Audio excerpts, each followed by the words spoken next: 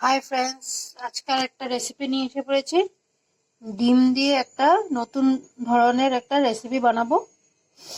আর আপনারা দেখেন আমি কেমনে বানাচ্ছি। আহ, আর দেখে যদি ভালো লাগে লাইক করবেন, শেয়ার করবেন, সাবস্ক্রাইব করবেন নতুন যারা, আর ভালো লাগলে কমেন্ট করবেন। আপনারাও বানিয়ে খাবেন। দেখুন, আমরা 5টা ডিম ফাটিয়ে নিয়েছি মিক্সি মেশিনের একটা জাগে। আর এখন অল্প নুন দিয়ে দেব, আর অল্প গোলমরিচ থেতো করে নিয়েছি দিয়ে দেব। এখন ঘুরিয়ে নেব মিক্সিতে।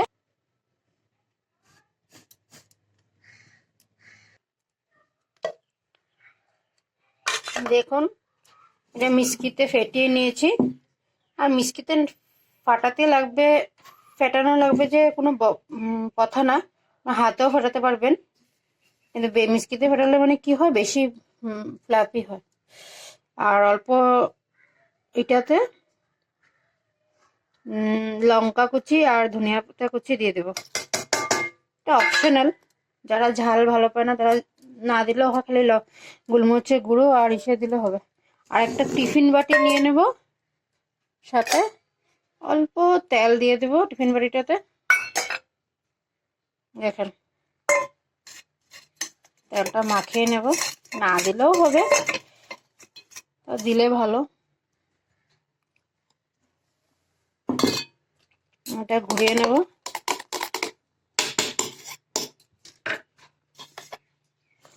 ঢেলে দেবো এটাতে। আপনারা আরো বেশি ডিমও নিতে পারেন, টিফিন বাটিটা একটু বড়ও নিতে পারেন।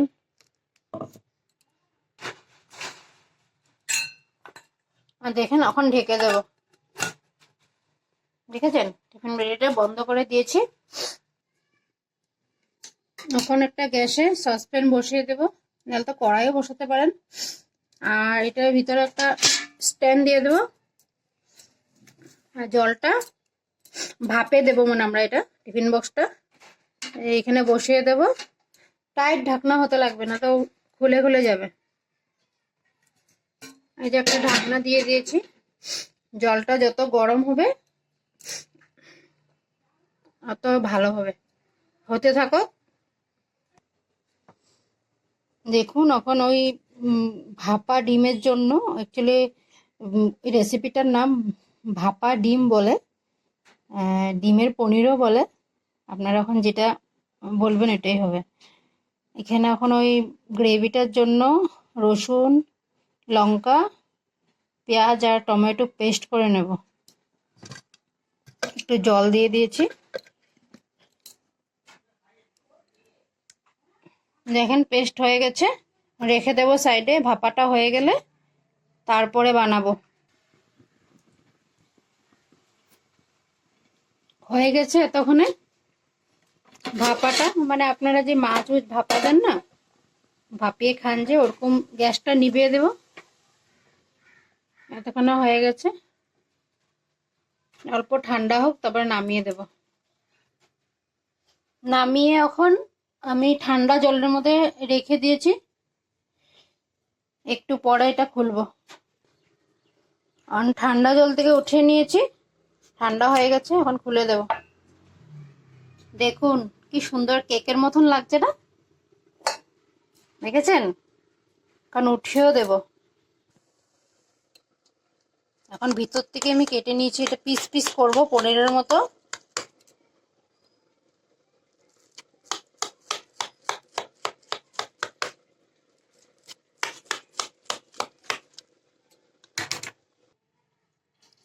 দেখেছেন কি সুন্দর পনিরের মতন হয়ে গেছে, দেখেন।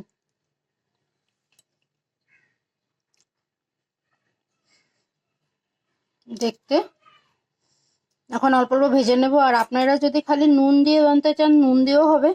ঝাল যদি খেতে না জানেন, একটু গোলমরিচের গুঁড়ো আর লঙ্কার গুঁড়ো, ধনিয়া পাতা আমার নিজের মর্জি থেকে দিয়েছি।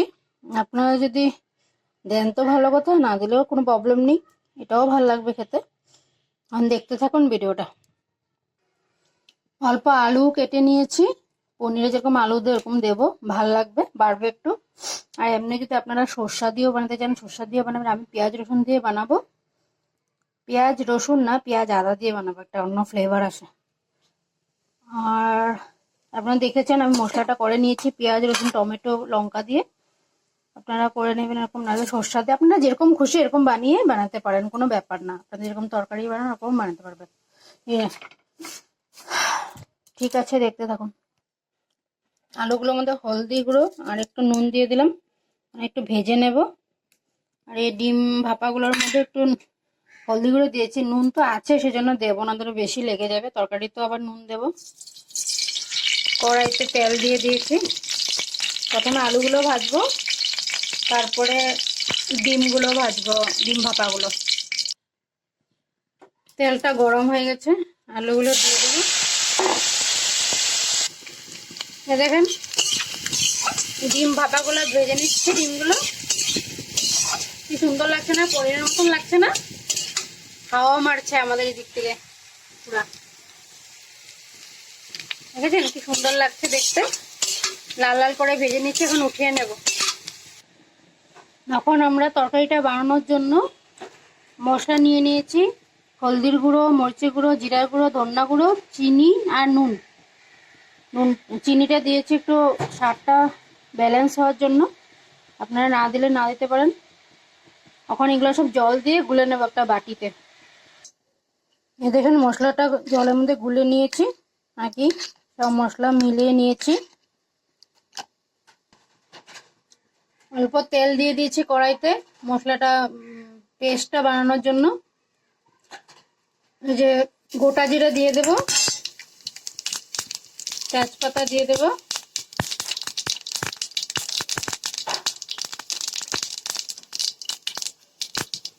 ওখানে যে মিষ্টি বাটিতে বানিয়েছিলাম যে টমেটো পেঁয়াজ আদা আর লঙ্কার পেস্ট, সেটা দিয়ে দেবো।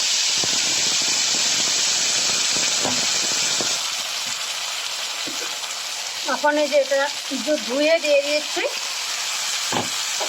আর নাড়াবো।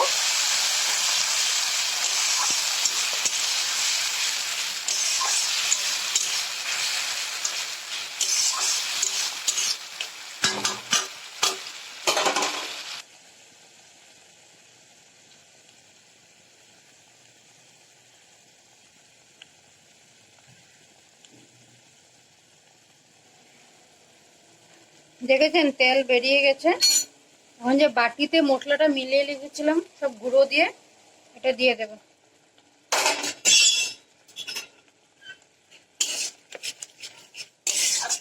কষাবো অল্প,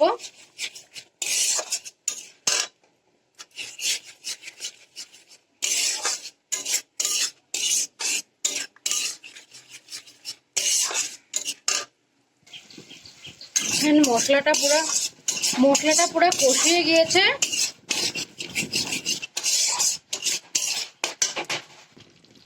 অল্প একটু টুকরো টুকরো করে রেখেছিলাম টমেটোটা দিয়ে দিয়েছি।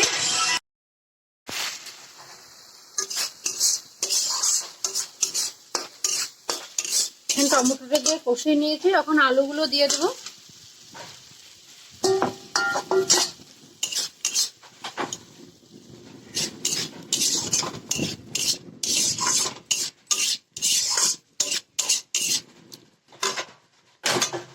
এখন আলুগুলো একটু সিম করে ঢেকে দেব।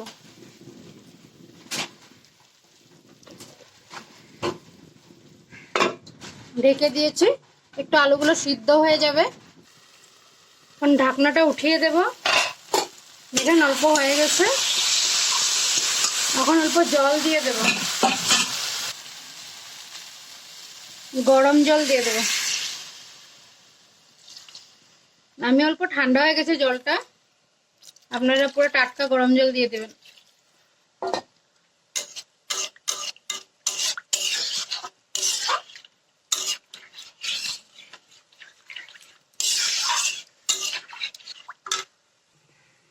জলটা দেওয়ার পর আবার ঢাকনাটা দিয়ে দেব, আর একটু হয়ে যাবে।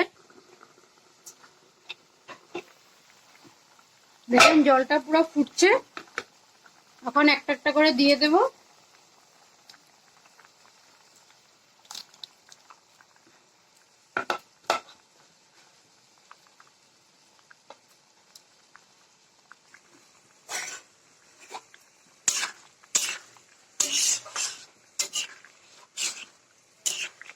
দেখেন, দেখতে লাগছে না পনিরের তরকারি? অল্প ফুটে একটু কসুরি মেথি দিয়ে দেব, ধনিয়া পাতা আর কসুরি মেথি, আর অল্প ঢেকে দেব।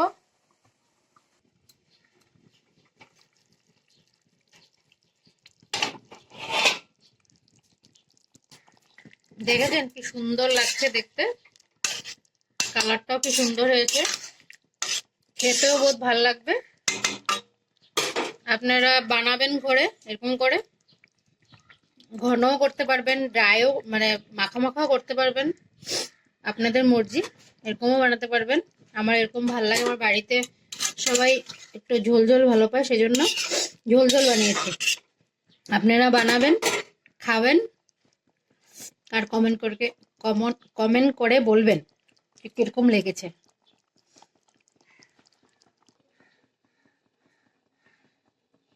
কসুরি মেথি, দেখেন কসুরি মেথি দিয়ে দিয়েছে।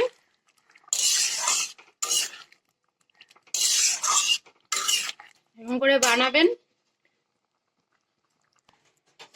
দেখেন নামিয়ে নিয়েছি। রেসিপিটা কিরকম লাগলো দেখে আপনারা বানাবেন ঘরে, আর আমাকে কমেন্ট করবেন। Bye bye.